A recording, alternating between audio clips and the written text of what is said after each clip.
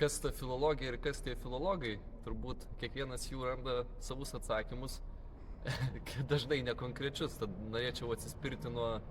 pažodinės banaliosios reikšmės meilė kalbai, nes juk iš tiesų pradžioje būna aistra, kibirkštis kalbai, o ypač tekstui ir tam, ką jis gali pasiūlyti tiek literatūrinė, tiek struktūrinė prasmėmis. Kiek vėliau ta meilė kalbai tampa kalba meiliai ir čia aš meilės savoką norėčiau išplėsti iki viso pasaulio, tiek emocinio, tiek loginio, tiek gal net metafizinio pasaulio savokos. Taigi kaip mes su ta meilė arba su tuo pasauliu kalbamės, kokius būdus pasirenkame, kokias poetinės,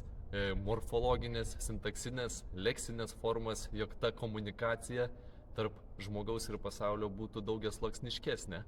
Na, o dar vėliau iš kalbos su meilė tai gali virsti meilės kalba ir kaip mes šį pasaulį pamilstame ir teritoriją, kurioje kovojama su beprasmybė, kartais skaudžiais ir sąmonę durinčiais, bet tikiuosi sėkmingais būdais.